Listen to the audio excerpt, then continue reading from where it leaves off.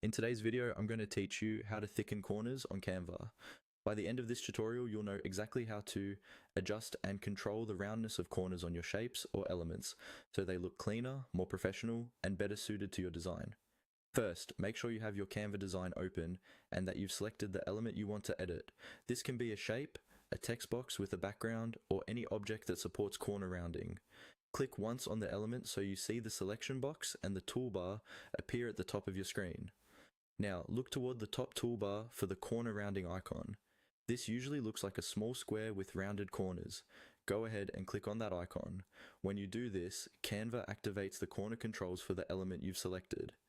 After clicking the corner rounding icon, you'll notice some lines or sliders appear beside it, or a small panel that lets you adjust the roundness. Click on the lines next to the corner rounding icon. These lines represent the detailed settings where you can fine-tune exactly how thick or rounded you want each corner to be. Once that panel or slider is open, simply follow the on-screen prompts. Canva will usually show you either a slider you can drag or input fields where you can type in a number. As you adjust these values, you should see the corners of your selected element change in real time.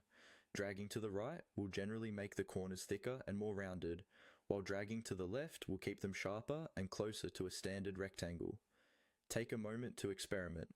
Try a very subtle rounding for a clean, modern look, or push the slider further for a softer, more playful style. If your version of Canva allows it, you may also see options to control each corner individually. In that case, follow the on-screen instructions carefully so you know which corner you're affecting. If at any point you don't like the result, you can use the undo button at the top of Canva to go back a step, or reset the corner rounding to its default value.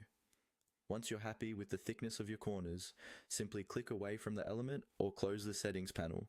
Your design will now reflect the updated, thickened corners ready to use in your final project, or to be duplicated across other elements for a consistent style.